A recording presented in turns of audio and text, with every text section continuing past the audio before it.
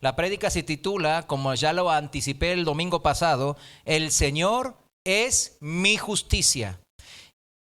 Y la palabra de Dios nos lleva a Jeremías, capítulo 23, versículo 5 en la Reina Valera, 5 y 6. Jeremías 23, 5, Reina Valera dice así: He aquí que vienen días, dice Jehová, en que levantaré a David renuevo justo, y reinará como rey, el cual será dichoso, y hará juicio y justicia en la tierra. En sus días será salvo Judá, e Israel habitará confiado. Y este será su nombre, en el cual le llamarán Jehová, justicia nuestra. Amén. ¿Quiénes hemos creído en este Dios que es justicia? Amén. En la traducción viviente, se lo voy a leer de vuelta para que nos quede bien grabado en el corazón esta palabra de Dios. Versículo 5, en la traducción viviente dice: Pues se acerca la hora, dice el Señor, cuando levantaré a un descendiente justo del linaje del rey David. Él será un rey que gobernará con sabiduría. Hará lo que es justo y correcto en toda la tierra. Y su nombre será: El Señor es nuestra justicia. Fíjese cómo los habitantes de los pueblos siempre cómo hablan de sus gobernantes. ¿Cómo hablamos de nuestros gobernantes? Pues generalmente no hablamos bien, ¿verdad? Y se lo tienen merecido, dicen. ¿Por qué? Pues hay mucha corrupción, porque el corazón del hombre es corrupto. Y cuando se le da poder, el poder que hace, corrompe más todavía. Deja salir toda la podredumbre que nosotros llevamos en el corazón. Por eso usted se queja, y yo también lo hago a veces. Nos quejamos de los gobernantes nuestros, ¿verdad? Yo tengo 3 gobernantes en donde siempre me ando quejando. Pues ahí en Argentina, que me vio crecer, en Corea, mi patria en donde nací, y aquí, ¿verdad? México, la que me arropó, ¿verdad? Y siempre ando y digo, ay, ¿por qué es así? Ay, ¿por qué hace así? Y oramos, ¿verdad? Por ellos, porque así nos manda la palabra. Pero miren cómo será el reino de aquel renuevo de David, en que todos sus habitantes será Él, el que está sentado en el trono, es justo. Él es justicia. Y esa es la esperanza que tenemos todos como cristianos. ¿Hace cuánto no se goza con esta promesa del Señor? Imaginémonos por un momento, siquiera un momento, aquel día del Señor donde Él regresará a la tierra, porque sí lo hará. Y destruirá a todos sus enemigos, dice la palabra, a los rebeldes, a los orgullosos que confían en el dinero, a los capitanes, a los gobernantes y a todos los poderosos de las naciones que se levantan con orgullo su puño en contra de Dios en rebeldía. Y establecerá Él un reino que no tendrá fin, dice la palabra. Imagínese aquel día y en dónde usted estará parado en ese día. Es la roca, ese Señor Rey de justicia, es la roca que golpeó a todos los imperios de la historia de la humanidad, a todos aquellos que todavía aún se jacta la historia de la humanidad, ¿verdad? Todos dicen, ¡ay, el gran imperio romano!, ¿verdad? Todo el mundo, a mí también me gustaba mucho, ¿verdad? Estudiar Roma, Grecia, Babilonia. Decía, qué increíble que el hombre haga semejantes cosas tan espectaculares, que puedan conquistar terrenos y naciones tan vastos. Qué ejércitos tan bien organizados, decía yo. Pero dice que esa roca va a golpear a todos los imperios, a todos los reinos, a todos los reyes de la historia de la humanidad, a todo lo que el hombre construyó para alcanzar el trono de Dios y robarse su gloria, como en la Torre de Babel. ¿Recuerda la historia de la Torre de Babel en Génesis capítulo 11? Hoy vemos un descendiente de esa región de Babel. Usted sabe que Babel es, como se llamaba antes, la región que después se llamó Babilonia. O sea, y hay un renuevo de los que son como Nimrod, el rey de Babel. Y ese renuevo era el rey Nabucodonosor. Sí lo conoce, ¿verdad? Y en Daniel capítulo 2, habla el Señor de aquel rey que tuvo un sueño que lo inquietó mucho, lo perturbó mucho. Él estaba pensando en qué deparará todo el futuro de su reino, de su vida, de todo lo que pasará, ¿verdad? Y el Señor se manifestó en un sueño a este rey de Babilonia. Y vayamos entonces a Daniel capítulo 2, versículo desde el 27 en la Reina Valera. El rey desesperado buscaba entre sus sabios y magos quién podía interpretar ese sueño. Y no les decía el sueño, porque si no, pues qué gracia, ¿no? Y todos le pedían, dinos el sueño y te vamos a decir la interpretación. No, ustedes díganme qué soñé, para yo saber que en verdad tienen una interpretación digna y verdadera. Y nadie pudo. ¿Y quién pudo? Daniel, ¿verdad? ¿Por qué? Porque Dios se lo reveló. Y dice así Daniel 2:27 en la Reina Valera: Daniel respondió delante del rey diciendo, el misterio que el rey demanda, ni sabios, ni astrólogos, ni magos, ni adivinos lo pueden revelar al rey. Pero hay un Dios en los cielos, amén, el cual revela los misterios, y él ha hecho saber al rey Nabucodonosor lo que ha de acontecer en los postreros días. ¿En qué días? En los postreros, en los últimos días, los tiempos finales, porque el tiempo en sí también tiene un ¿qué? Un principio y un fin. El tiempo tiene un principio y un fin. Y es el alfa y la omega, el Señor Jesús, el que lo creó en el principio. Génesis capítulo 1, versículo 1, ¿verdad? En el principio Dios creó los cielos y la tierra, ¿verdad? En el principio, ¿qué? Ahí creó el tiempo. Y él mismo, el alfa y la omega, el Señor Jesús, también va a determinar el fin del tiempo. Y eso es al final de su reino milenial. Apocalipsis capítulo 20 para el que anota y capítulo 21, todos. En el 21, en el 1, nomás voy a hacer una breve mención. Dice el apóstol, vi un cielo nuevo y una tierra nueva, porque el primer cielo y la primera tierra pasaron y el mar ya no existía más. En el versículo 5 dice, y el que estaba sentado en el trono dijo, he aquí, yo hago nueva todas las cosas. Sin tiempo. El reino eternal de Dios es eternal porque justamente no tiene tiempo. Yo entiendo que para nuestra mente pequeña, ¿está bien? Bueno, algunos dirán, no, mi mente es muy grande. Bueno, usted es un cabezón, hermano, pero yo no. Mi mente es pequeña y no puedo entender la magnitud, ¿verdad?, de esa eternidad. No podemos entender esa magnitud tan gigantesca de la eternidad, ¿verdad que no? Decimos, híjole. Lo primero que se nos viene como cristiano, ¿qué es? ¿Qué vamos a hacer? Pues vamos a tener tiempo para de sobra, ¿verdad? Porque no hay tiempo. Entonces, el Señor dice, he aquí yo hago nuevas todas las cosas. Volviendo a Daniel capítulo 2, versículo 28, dice Daniel, el profeta, he aquí tu sueño al rey y las visiones que has tenido en tu cama. Versículo 31 dice así. Tú, oh rey, veías y he aquí una gran imagen, una estatua. Esta imagen que era muy grande y cuya gloria era muy sublime, estaba en pie delante de ti y su aspecto era terrible. Aquí en el original es tan formidable el aspecto de esa estatua que causaba terror, temor. Tan formidable, tan esplendorosa. Esta estatua representa la gloria ¿de quién? De los hombres, así como la Torre de Babel. Una gloria cuyo esplendor es, realmente lo vamos a admitir, es impresionante a los ojos nuestros, a los ojos de los hombres, pero no a los ojos de Dios.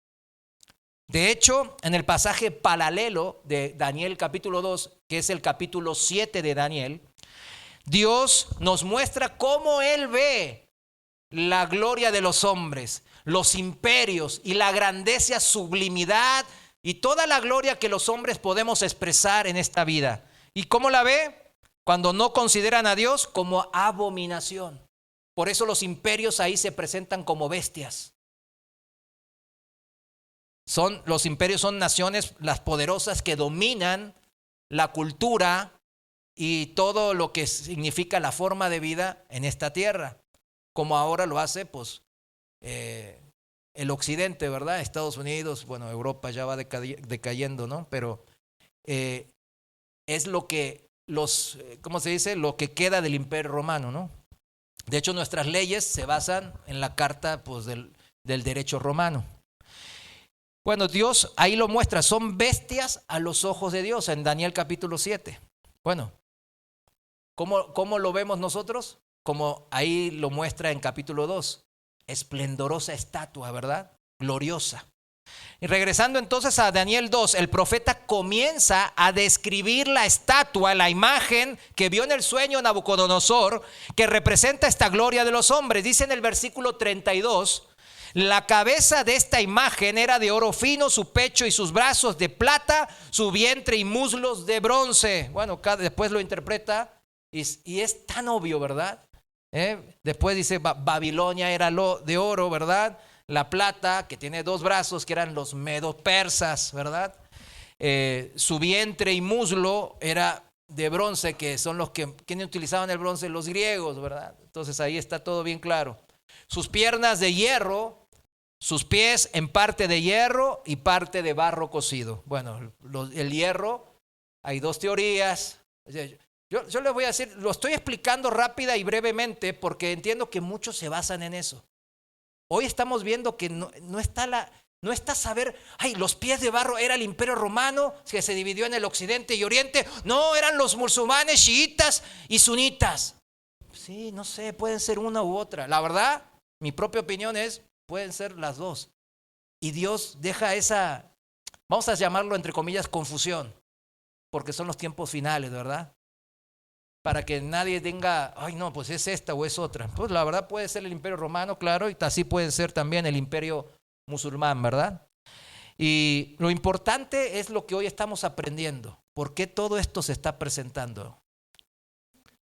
Entonces dice que es sus piernas de hierro y sus pies en parte de hierro y de barro cocido. Estabas mirando, le dice al rey en el sueño, hasta que una piedra fue cortada, no con mano, o sea, no con mano humana. No tiene origen en la gloria humana esa piedra. E hirió a la imagen, ¿en dónde? En sus pies de hierro y de barro cocido, o sea, al final de los tiempos. Y los desmenuzó, dice la palabra. Entonces, versículo 35, entonces fueron desmenuzados, o sea, significa hechos pedazos, 1000 pedazos, destruidos totalmente. También el hierro, el barro cocido, el bronce, la plata y el oro. Y fueron como tamo de las eras del verano, o sea, como el polvo del trigo que se cosecha en verano. ¿Vio la harina del trigo, el polvo, como es bien finito? Bueno. ¿Y qué dice? Y se los llevó el viento sin que de ellos quedara rastro alguno. Nada de la gloria de los hombres va a quedar. Absolutamente, ¿qué? Nada. Mas la piedra que hirió a la imagen fue hecha un gran monte que llenó toda la tierra. Amén. Continúa en el versículo 43, si me sigue por favor. La interpretación del sueño, del versículo 43 dice, así como viste el hierro mezclado con barro, se mezclarán por medio de alianzas humanas. ¿Qué hacen los gobiernos del mundo? Se alían, pero nadie confía entre ellos, ¿verdad? Y después se clavan el cuchillo por la espalda. Eso es lo natural, lo que siempre ha pasado, ¿verdad? En todas las guerras de la humanidad usted lo puede ver, en todos los conflictos, en todos. Ahora, por medio de alianzas humanas se alían, pero no se mezclan, pero no se unirán el uno con el otro. Aquí está, como el hierro no se mezcla con el barro. Versículo 44. Y en los días de estos reyes, de estos imperios, el Dios del cielo levantará un reino que no será jamás destruido, y será el reino dejado a otro, será el reino dejado a otro pueblo. O sea, este reino no será nunca derrotado, nunca será entregado a ningún otro reino, significa.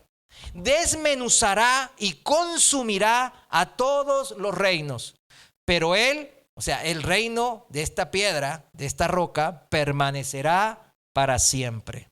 De la manera que viste que del monte fue cortada una piedra, no con mano, la cual desmenuzó el hierro, el bronce, el barro, la plata y el oro. El gran Dios ha mostrado al rey lo que ha de acontecer en lo porvenir. Y el sueño, que dice la palabra, es verdadero y fiel su interpretación. ¿Y cuántos decimos amén? Amén. Lo voy a leer, este versículo 44 y 45, en la traducción del lenguaje actual para que se nos quede bien grabado. Esta profecía del Señor hace 2600 años. Dice así en la traducción del lenguaje actual, 44. Sin embargo, en esos días, o sea, en los días de ¿quién? Del hierro con barro mezclado, o sea, en nuestros días, en los tiempos postreros. En esos días, el Dios del cielo enviará un rey que reinará para siempre y al que nadie podrá vencer. Al contrario, será él quien destruya a los otros reinos. Eso es lo que significa la piedra que nadie arrojó y que destruyó la estatua. Su majestad. Esto es lo que el gran Dios quiere que usted sepa acerca del futuro. Tanto el sueño como su significado son verdad y todo pasará como se le ha dicho. Amén. Y no falta, mis hermanos, mucho tiempo para el cumplimiento de esta profecía de hace 2600 años. Solo el tiempo que Dios permita que usted viva aquí en la tierra o cuando Él regrese. ¿Sí me entiende? Porque la gente dice, no, falta, mira, el Señor vino hace 2000 años y todavía seguimos aquí. No, dice la palabra que va a volver pronto. ¿Qué es pronto? Tan pronto que como yo me puedo morir. ¿Sí me entiende, hermano? Cuando usted, un servidor, muramos, es cuando viene el juicio inmediatamente, mis hermanos. ¿O cuántos años cree que usted, o décadas cree que va a vivir? Porque no creo que os ofenda a nadie, ¿verdad? Algunos se creen eternos. Yo viviré hasta 200 años. Bueno, ahí va, aprenda de Matusalén. ¿Cuántos años cree que usted vivirá en esta tierra? Es una pregunta, ¿no? No es capciosa. Si usted cree en la palabra de Dios que acabamos de leer en Daniel capítulo 2, aquí está su esperanza, mis hermanos. ¿Qué mejor esperanza? En la roca que destruye y hace añicos toda la gloria de los hombres y se transforma en un monte que abarca toda la tierra. Su esperanza no está ya como cristiano en los imperios humanos, en la fortaleza de los seres humanos, en nuestro poder, lujos y riquezas que van a ser destruidos y nunca más volverán ni se verá su gloria. Será como el polvo o la paja que el viento se lleva lejos y nunca más serán vistos. Nuestra esperanza como cristianos, como hijos de Dios, está en nuestra justicia inmerecida en Cristo Jesús. ¿Cuántos dicen amén? Ahora, ¿qué significa que Jesús sea mi justicia? ¿Qué significa que Jesús sea su justicia? Primeramente y más importante, que Jesucristo es quien me proveyó de justicia delante del juez de jueces, de Dios Padre.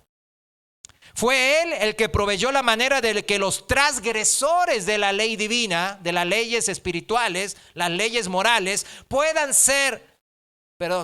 no ser juzgados y ser liberados de toda culpa. Imagínense eso. Es lo que nosotros vivimos. Y para hacerlo, mis hermanos, ¿usted qué cree? El Dios justo, ¿cómo lo hará? Con justicia, ¿verdad? Para hacerlo, tiene que hacerlo de una manera totalmente justa. Alguien que es totalmente justo y limpio de pecado debía de pagar todas las transgresiones, todos los pecados que hemos cometido. Las multas, el pago por nuestras faltas debían ser saldadas por alguien que no esté sentado en el banquillo de acusados. Muchos son los incrédulos, los que no tienen fe, que preguntan, si para Dios todo es posible, ¿por qué no dejar que todos los pecadores, que todos los culpables de los crímenes salgan libres sin necesidad de algún pago? Si para Dios todo es posible. Que todos vayan al cielo sin necesidad de pagar por los crímenes cometidos, por ningún pecado. Si Dios es amor y ama a todas las personas, ¿no dice la palabra en Juan 3:16? De tal manera amó Dios al mundo. Mundo representa a todas las personas, sin acepción. ¿Usted sabe contestar esta pregunta que los incrédulos muchas veces se hacen? De una manera razonable. Yo lo entiendo que se hagan esas preguntas. ¿Por qué? Porque yo me las hacía. ¿Sabe contestar esta pregunta recurrente entre los que no conocen a Dios? Es una pregunta. ¿Cuál es la respuesta? Porque Dios es un juez justo y no es corrupto. De ningún modo, dice la palabra, tendrá por inocente al malvado. ¿Qué hace un juez corrupto? Un juez malvado. ¿Qué hace? Pues si le dan un dinerillo por debajo de la mesa, agarra y dice, bueno, este es inocente. O le baja la pena. Hace poco, pues todas las semanas, usted vea las noticias. Un juez en Estados Unidos liberó a una persona que tenía más de 50 crímenes cometidos. $500 tenían que pagar para su fianza, para que salir libre. Y una empresa o una ONG que por la libertad de los oprimidos le pagó los $500. A mí se me hace una ofensa que pongan una fianza de $500 a alguien que asesinó, mató más de un montón de personas, cometió atracos, robos, más de 50 veces, comprobadas. Salió, a los 2 días mató a una joven. Los padres eran cristianos y estaban ahí yo estaba escuchando eso y se me partía el corazón porque yo decía, si fuese yo ese padre, imagínense el juez, tuvo por inocente al culpable este juez. La sangre de esa persona está en las manos de ese juez. Pero usted cree, la gente quiere hacer un juez corrupto del Dios justo y eso no es posible. En Él no hay imperfección y no hay maldad. Él es justo. ¿Cuántos dicen amén? Éxodo capítulo 34, versículo 7, en la traducción del lenguaje.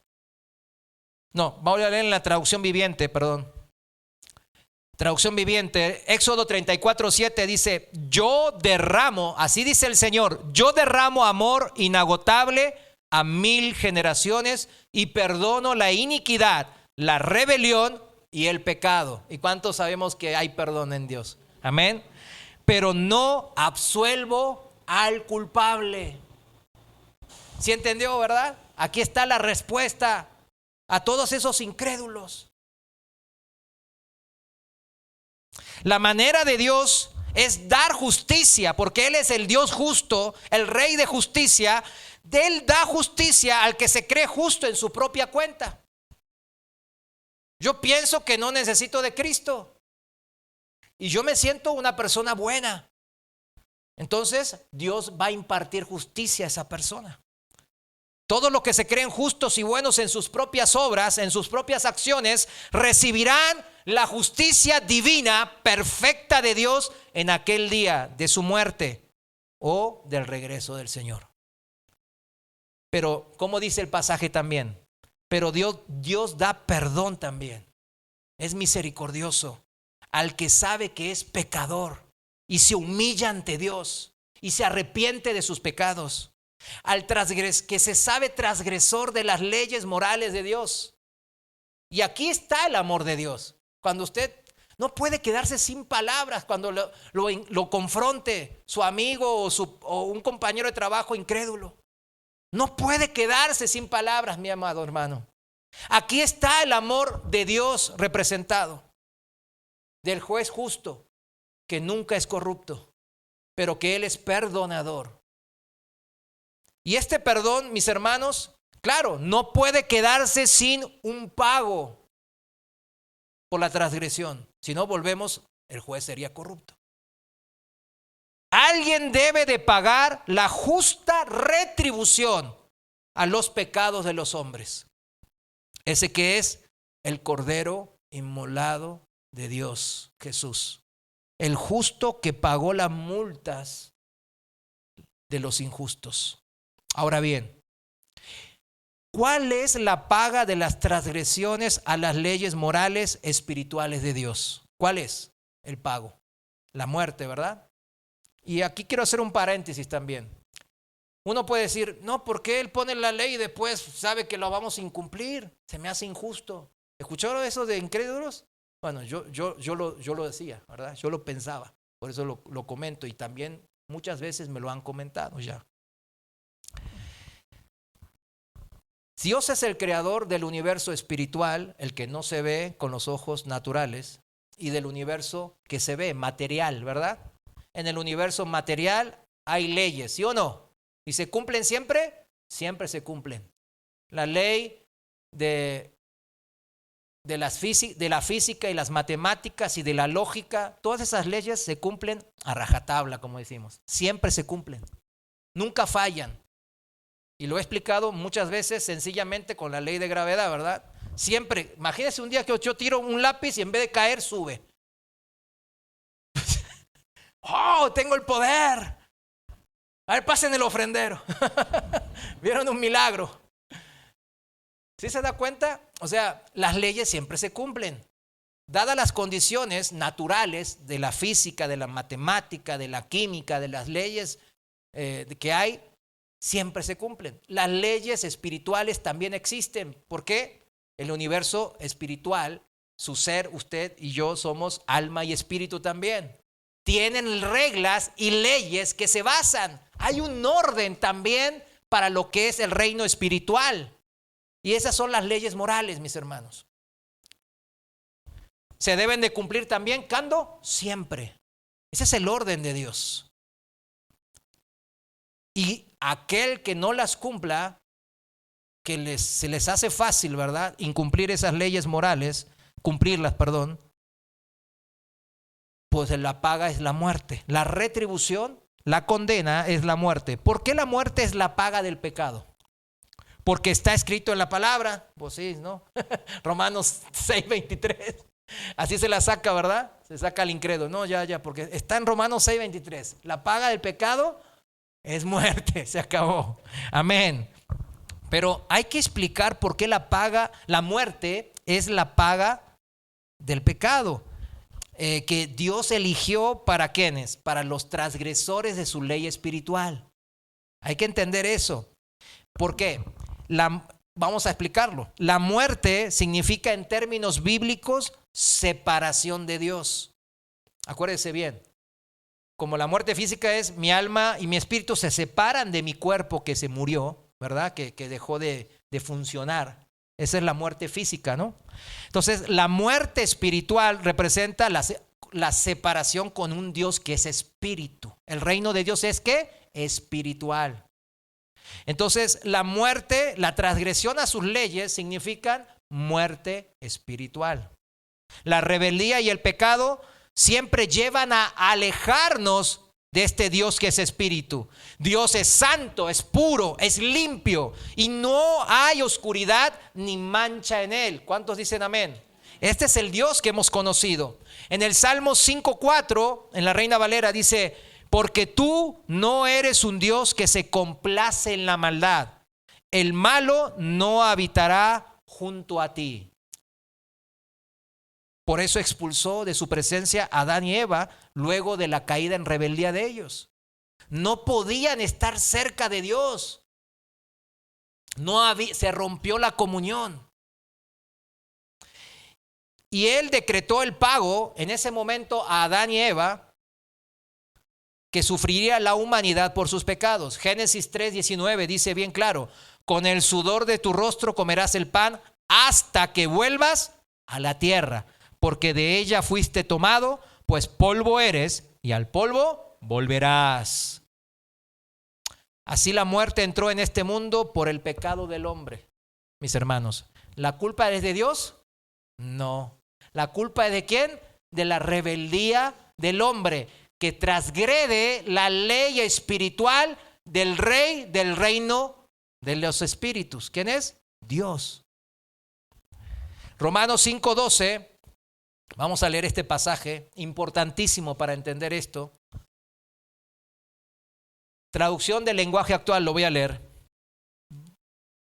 Romanos 5:12 dice así: el primer pecado en el mundo fue la desobediencia de Adán. Así, en castigo por el pecado, apareció la muerte en el mundo.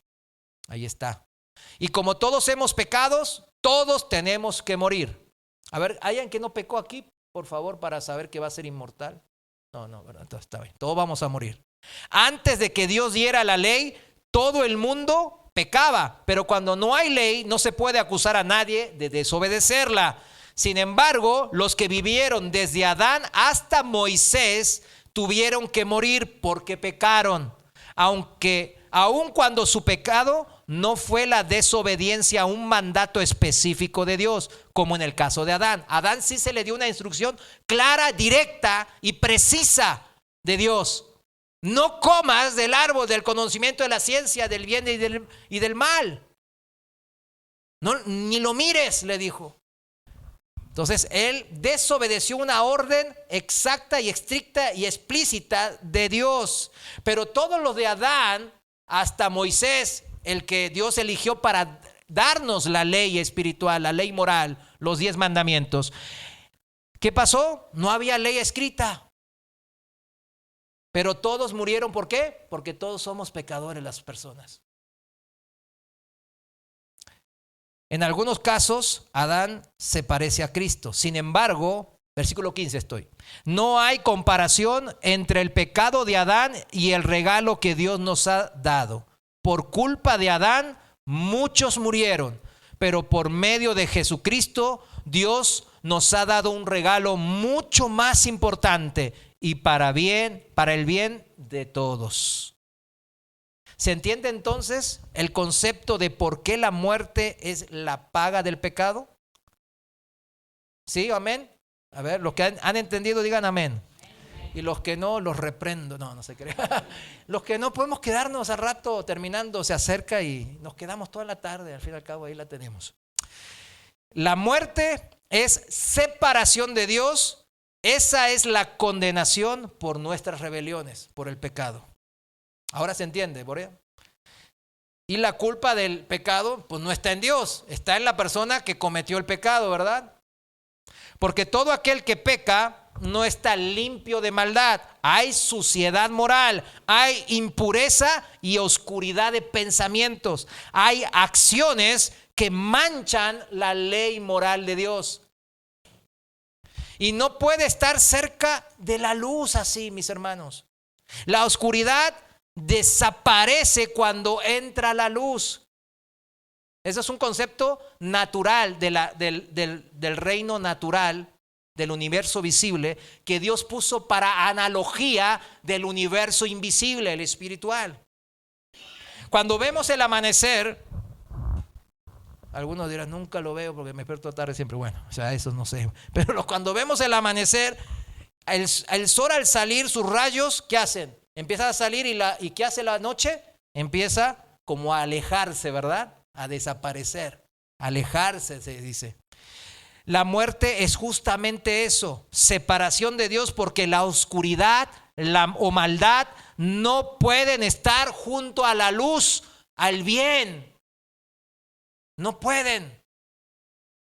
La verdad no puede estar junto a la mentira, ¿verdad que no? No hay verdades mentirosas. No es coherente, ¿no? Es una, ¿cómo le dicen? Una falacia. Segunda de Corintios 6:14. Acompáñame ahí, por favor, en la traducción viviente. Lo voy a leer. Usted sígame en su traducción, por favor. Segunda de Corintios 6:14 dice así: no se asocien íntimamente con los que son incrédulos. ¿Cómo puede la justicia asociarse con la maldad? Aquí está. ¿Cómo puede la luz vivir con las tinieblas? Aquí está, ¿verdad?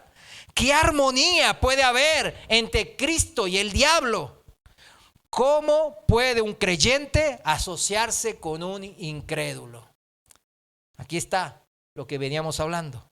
Por eso la muerte es la paga del pecado. Al pecador Dios tiene que ser alejado. Esa es la condenación. Vivir lejos del Dios que es luz, verdad y bienaventuranza. No hay manera de asociar al rebelde, al pecador, al transgresor con Dios. Jamás, mis hermanos. Pero Dios, fíjese, volvemos al tema de Éxodo capítulo 34. Pero Dios en su amor y misericordias infinitas diseñó el plan para justificar al pecador, a mí, que ya leímos en Romanos capítulo 5. Terminemos de leer Romanos 5 para entender bien este plan de amor y justificación. ¿Por qué? Por la fe en Cristo Jesús. Versículo 16, Romanos 5, 16. Vamos a terminar de leerlo en la traducción del lenguaje actual. Y aquí no vamos a entender el tema bien claro. El pecado de Adán no puede compararse con el regalo de Dios. El pecado de Adán hizo que Dios lo declarara culpable. Volvemos, porque el mal no puede estar con el bien, ¿entiende? Pero gracias al regalo de Dios, ahora Él declara inocentes a los pecadores, aunque no lo merezcan. Porque Dios tenía que encontrar una manera en su amor inagotable de tratar de salvarnos. Si por el pecado de Adán, versículo 17, la muerte reina en el mundo, como lo estamos viviendo y viendo aquí en el mundo, con mayor razón, por medio de Jesucristo, nosotros reinaremos en la nueva vida, pues Dios nos ama y nos ha aceptado sin pedirnos nada a cambio. Por el pecado de Adán, Dios declaró que todos merecemos morir, ¿verdad? Como recién vimos. Pero gracias a Jesucristo que murió por nosotros, Dios nos declara inocentes y nos da la vida eterna. O sea, que la desobediencia de uno hizo que muchos desobedecieran, pero por la obediencia de Jesús, Dios declaró inocentes a muchos. La ley apareció para que el pecado se hiciera fuerte, ¿verdad? Porque ahora ya no hay excusa. Pero si bien el pecado se hizo fuerte, y lo vemos en el mundo porque la maldad pulula por todos lados, como el caso que acabo de comentar, ¿qué dice? El amor de Dios lo superó. ¿Cuántos dan gracias a Dios? Si el pecado reinó sobre la muerte, me encanta como lo dicen los traductores de esta versión. Si el pecado reinó sobre la muerte, el amor de Dios reinó sobre la vida. Por eso Dios nos ha declarado, Él es el juez que nos ha declarado a nosotros que inocentes, y nos ha dado vida eterna por medio de nuestro Señor Jesucristo. Qué hermoso, ¿verdad? Que es el Evangelio. Ese es el Evangelio tan hermoso. Dios nos ofreció una salida limpia del pecado, inmerecida claramente, y la condenación que lleva el pecado, que es la muerte, nos fue quitada. Ay, hermanos, igual me muero físicamente. Sí, porque nacimos en esta carne con la simiente de Adán. La última generación, los últimos que estén por ahí, cuando el Señor regrese, bueno, no van a probar la muerte física tampoco. Pues gloria a Dios, ¿verdad? Pero la muerte física nos va a tocar porque tenemos la simiente de Adán, el primer hombre. Tan claro como eso. Pero la muerte espiritual a la cual estábamos condenados en la eternidad ya no opera en nosotros. ¿Cuánto le dan gracias a Dios? Dele un fuerte aplauso al Señor, ¿no? Se merece un aplauso al Señor, ¿verdad? Él hizo toda la obra.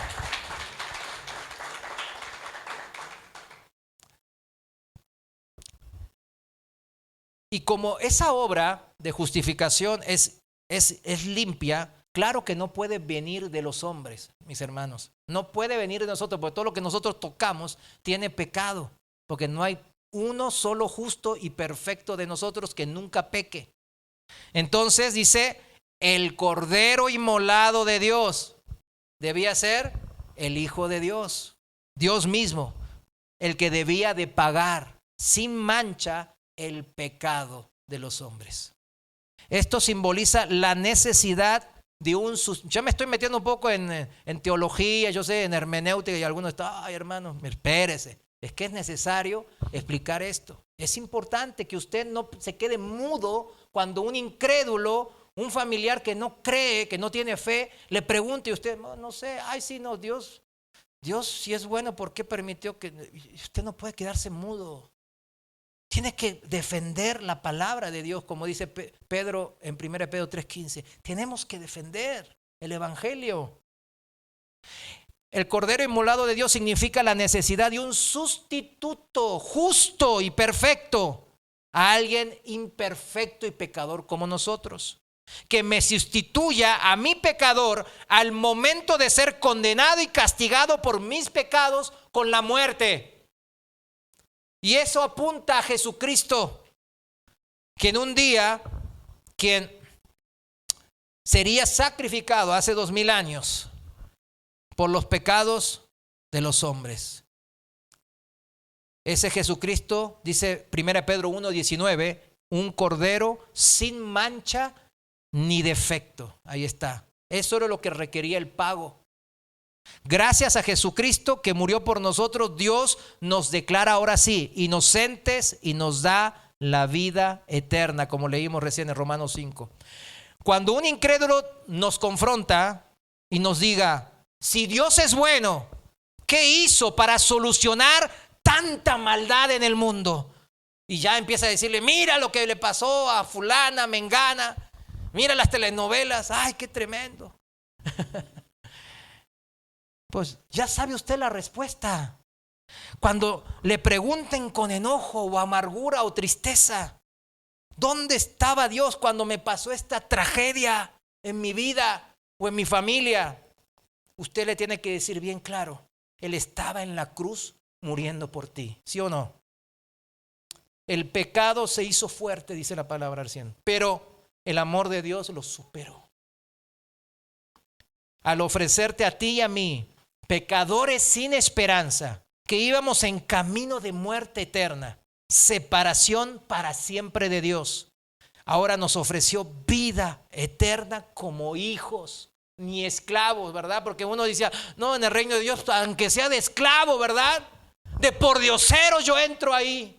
Pero no, como hijos. Y como hijos, dice la palabra, herederos. Herederos junto a Cristo. ¿De qué? De todas las cosas.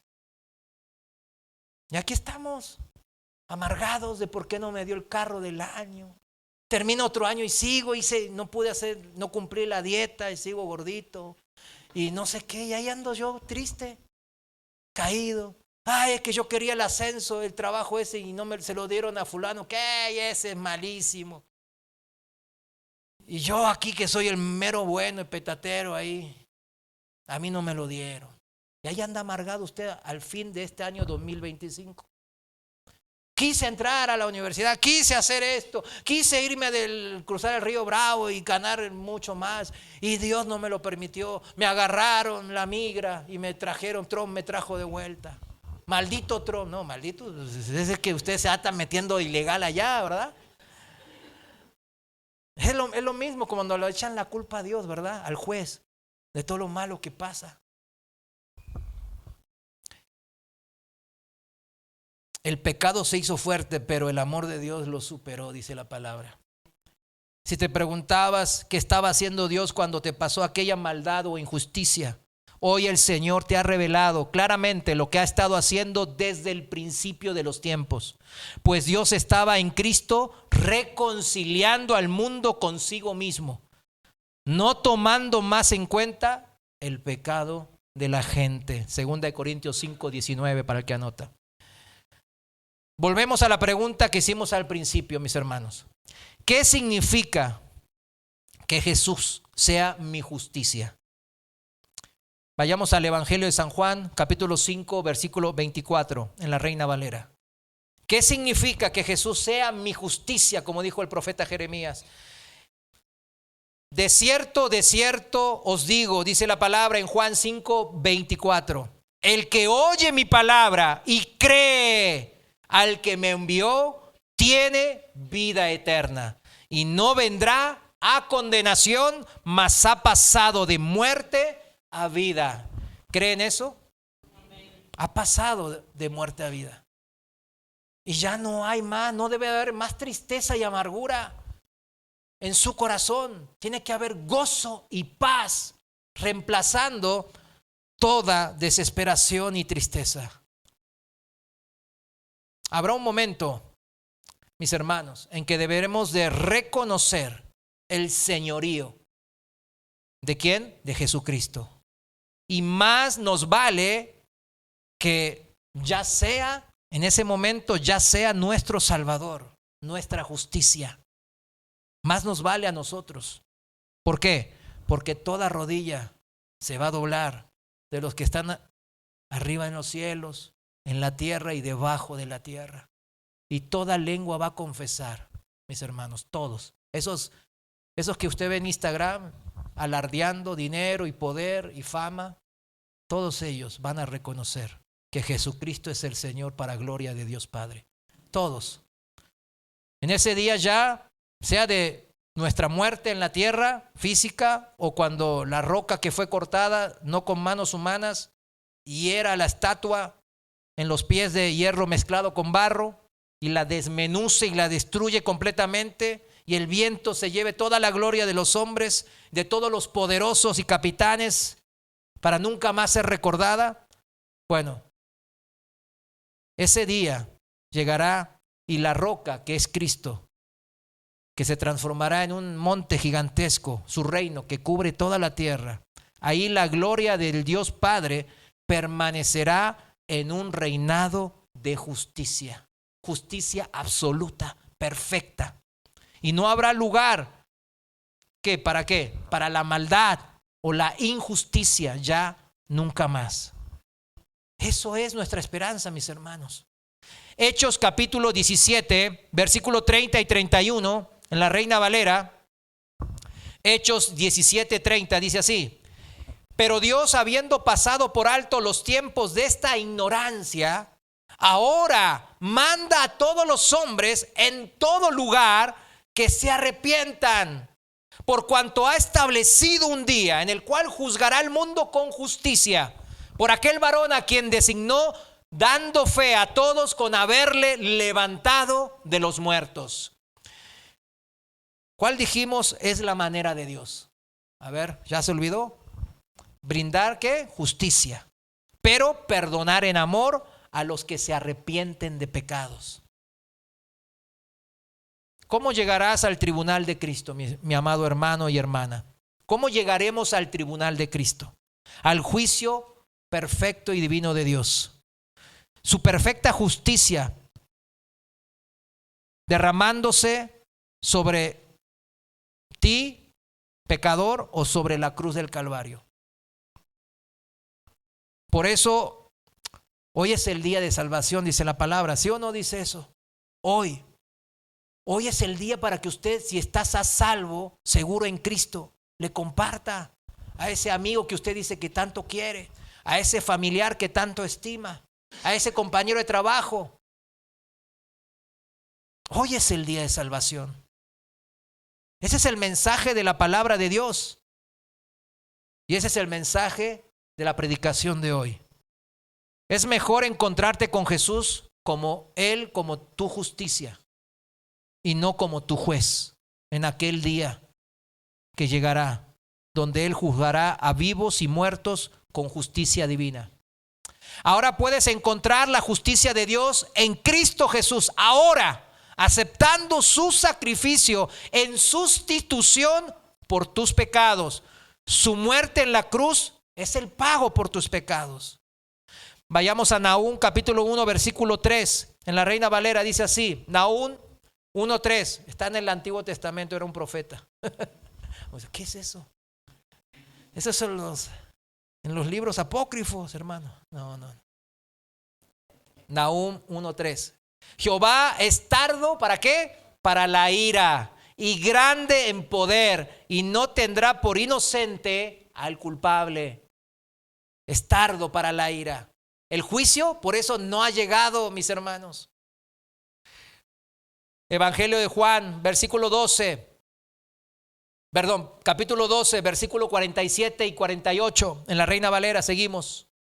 Juan 12, 47 dice: al que oye mis palabras y no las guarda, o sea, no las pone en práctica, yo no le juzgo. Ah, caray, a ver, espéreme. Yo no le juzgo, dice el Señor, porque no he venido a juzgar al mundo, sino a salvar al mundo. En su primera venida el Señor vino ¿para qué? Para salvar al mundo. En su segunda, ¿cómo va a venir? Como juez de jueces. El que me rechaza y no recibe mis palabras, dice Jesús, tiene quien le juzgue. ¿Quién? La palabra que he hablado. Ella le juzgará, ¿en cuándo? En el día postrero. Ahí está de vuelta, el día postrero. Repito, en su primera venida, Jesús, hace 2000 años, Jesús vino a salvar al mundo. Y lo hizo mediante ¿qué? Su muerte en la cruz.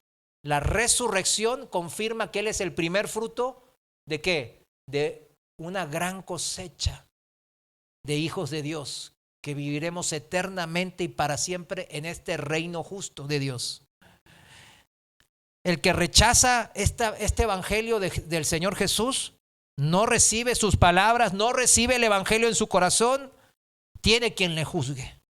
La misma Biblia, la palabra, ella le confrontará en el día postrero.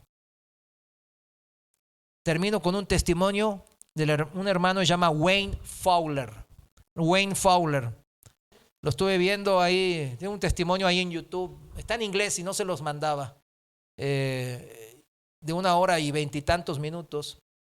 La verdad lo escuché más de 3 veces. Se me pasaron volando. Él ahora ya es una persona adulta mayor, ¿verdad? Pero él en los años 50 o 60, cuando tenía 27 años, hermano Wayne, se desplomó de un infarto repentino. Ahí estaba acostado y de repente estaba así y se murió. De repente él dice que se encontró fuera, ¿verdad? De su cuerpo, y veía su cuerpo sin vida y a su esposa durmiendo al lado. Dice que fue arrastrado por un túnel de luz y pasó por unos guerreros angelicales y bueno, todo es toda la historia, ¿no? La conclusión es que, ¿sabe lo que dice? La vida venidera fue una experiencia mucho más real a todo lo que él vivió en esta tierra. Por eso la Biblia la llama la vida que viene, la verdadera vida. A mí lo que más me impactó del testimonio del hermano Wayne fue el momento en que él fue llevado a través del tiempo, al mismo lugar y tiempo de la crucifixión del Señor. Yo cuando me puse no quería llorar, pero sí, realmente es tremendo, ¿verdad? Porque uno se imagina lo que estaba él viviendo, ¿verdad?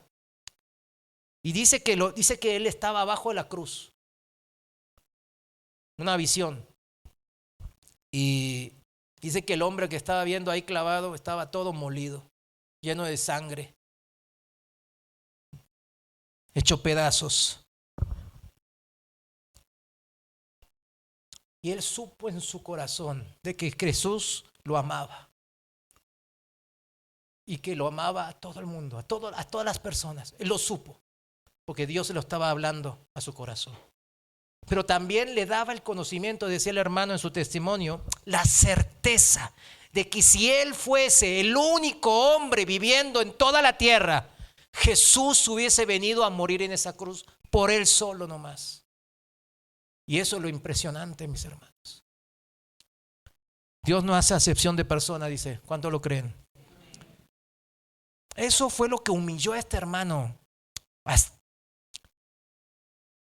Ver a ese Dios que se hizo hombre para ser vituperado, golpeado, lacerado y clavado en un madero por tu pecado.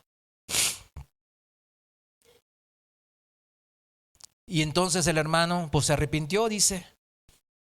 Aceptó no recibir a Dios como juez, ¿verdad? Se arrepintió y lo recibió en su corazón como verdaderamente, ¿como qué? Su justicia. El gozo de saber cuán grande amor Dios tenía por él, dice que inundó todo su ser. y ya estaba seguro en Cristo. Ya el Señor era su justicia. Y ahora la pregunta personal es, ¿el Señor es tu justicia también? ¿Lo es? Primera de Pedro 3:9. Dios habla hoy. Dice la palabra, si el Señor es nuestra justicia, dice así, pero ustedes son una familia escogida. Voy a hablar en Dios habla hoy. Son una familia escogida, un sacerdocio al servicio del Rey, una nación santa, un pueblo adquirido por Dios. Y esto es así para que anuncien las obras maravillosas de Dios, el cual los llamó a salir de la oscuridad para entrar en su luz maravillosa.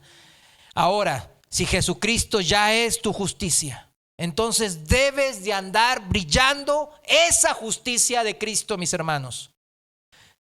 Ya no podemos estar como el cristianismo insulso, tibio, que están por todos lados, del que yo vengo, ¿verdad? Efesios 6, 7 y 8, versículos 7 y 8. Lo voy a leer en la Reina Valera contemporánea.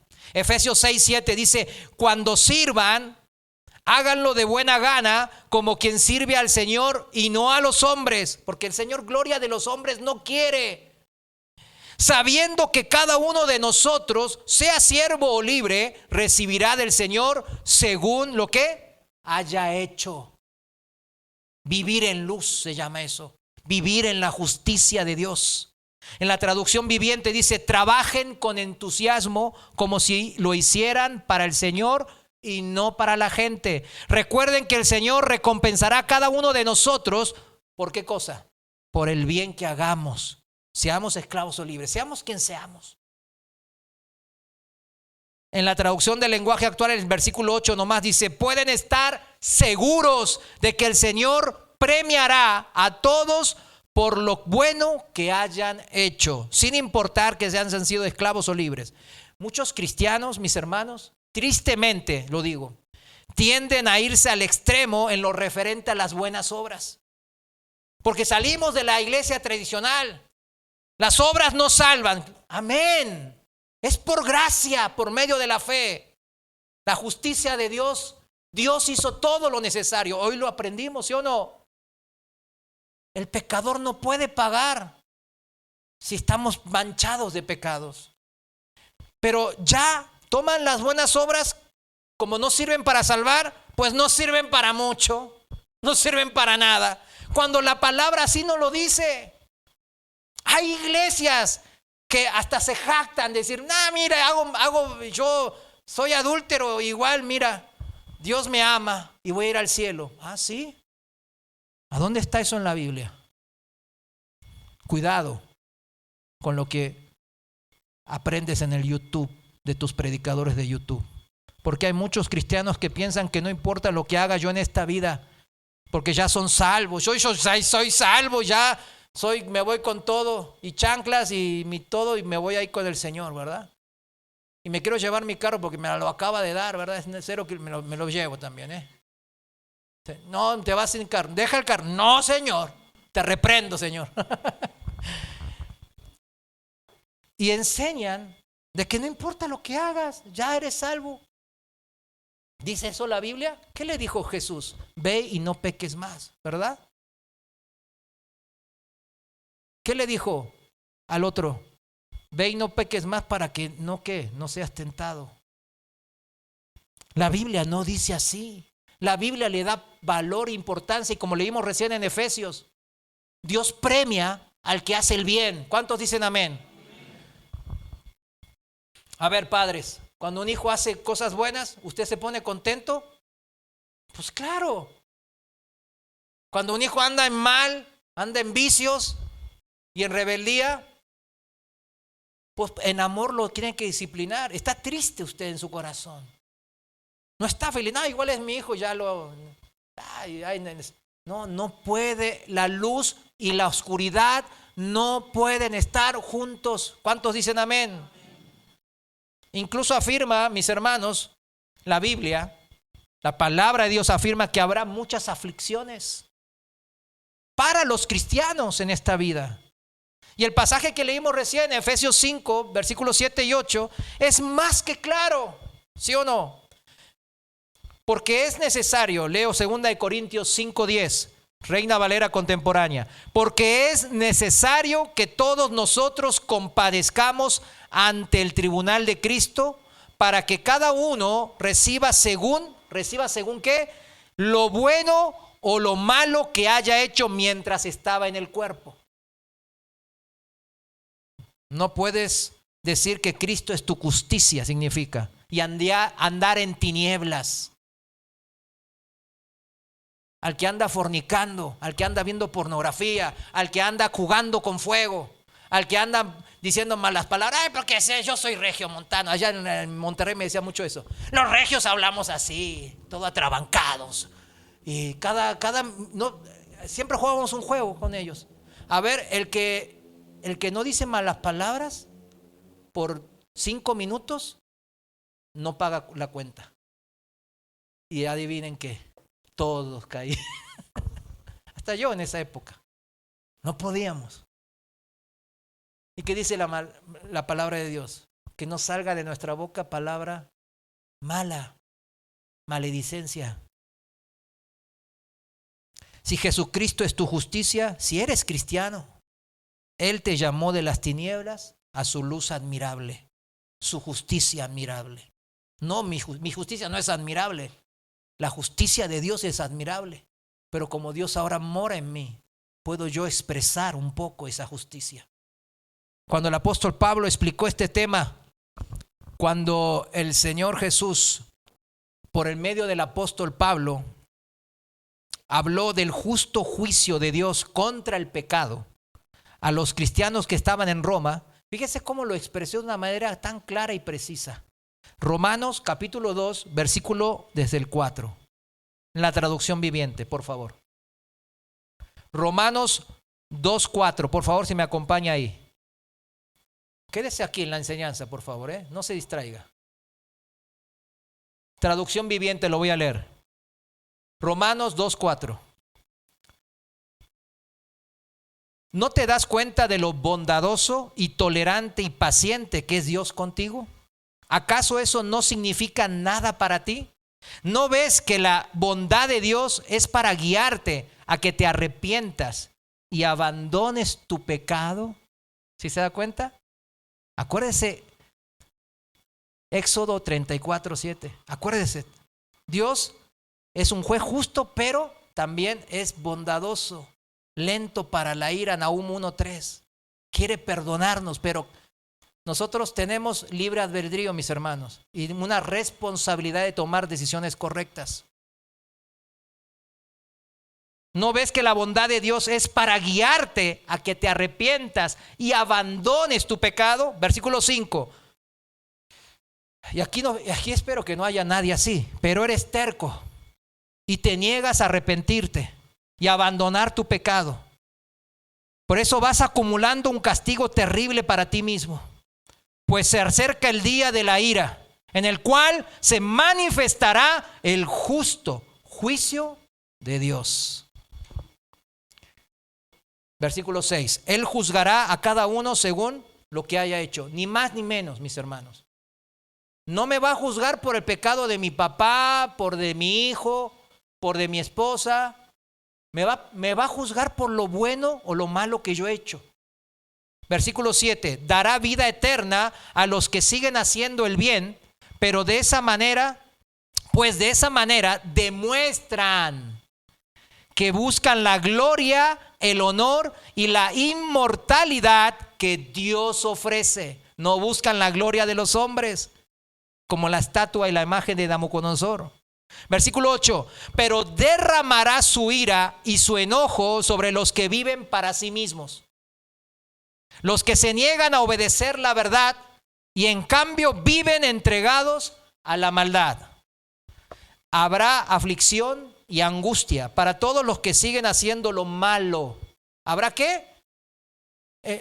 La puerta del cielo abierta de par en par y San Pedro esperándolos con una sonrisa de oreja a oreja. No dice eso, hermano. Ay, caray, así me lo vendieron a mí. A mí me lo vendieron así y en paquetito re bonito. No, habrá aflicción y angustia para todos los que siguen haciendo lo malo, para los judíos primero y también para los gentiles. Pero habrá gloria, honra y paz de parte de Dios para todos los que hacen lo bueno, para los judíos primero y también para los gentiles, pues Dios no muestra favoritismo. ¿Cuántos dicen amén a esto? Esta es la manera de obrar de Dios. Yo espero que Éxodo capítulo 37 se les quede, 34, perdón, se les quede bien grabado. Se les quede bien grabado. Nadie puede hacer lo bueno de manera constante, como una práctica en un estilo de vida, sin que Cristo sea verdaderamente su justicia. Podemos tener chispazos de justicia por medio de nuestra conciencia, que Dios también me los dio. Pero hoy día, con el internet, con toda la perversión y maldad acumulada en el mundo, como en los días de Noé, ya es muy difícil vivir una vida de justicia sin Cristo, mis hermanos. Es muy difícil. Y termino, como empezamos, con Jeremías 23:5, pero en la traducción viviente. Pues se acerca la hora, dice el Señor, cuando levantaré a un descendiente justo del linaje de David. Él será un rey que gobernará con sabiduría, hará lo que es justo y correcto en toda la tierra, y su nombre será El Señor es nuestra justicia. Levántense todos los que piensen que el Señor es su justicia. Levántense, vamos a orar. Y los que no, también levántense. Vamos a orar. Señor, te damos gracias por esta tu palabra, porque hoy hemos comprendido un poco más de lo que es tu justicia y tu amor. Saber balancear y saber cómo tú te manifiestas, balanceando perfectamente, sin dejar de ser juez justo. Has derramado tu amor inagotable en nuestras vidas. La ira la has derramado en la cruz a tu Hijo amado, nuestro Señor Jesucristo. Y nosotros hemos recibido la bondad tuya, Padre, a través de esta fe, de creer en tu palabra, de creer en tus promesas, de creer en lo que está escrito en la Biblia. Señor, gracias. Gracias por este plan tan espectacular, tan divino, tan perfecto, tan justo. Gracias porque somos justicia tuya, Padre, siendo injustos y pecadores. Señor, te pedimos que te manifiestes en el corazón de todos los que hasta ahora te estamos escuchando, de todas nuestras familias, de todos nuestros seres queridos, de todos aquellos que todavía no te conocen y porque no te conocen blasfeman tu nombre. Señor, ayúdanos a ser columnas y baluartes de tu verdad, de poder defender, como dice el apóstol Pedro, tu palabra, tu evangelio, para salvación de las almas que tú a tanto amas. En el nombre de Jesús, nuestra justicia, te lo pedimos. Amén.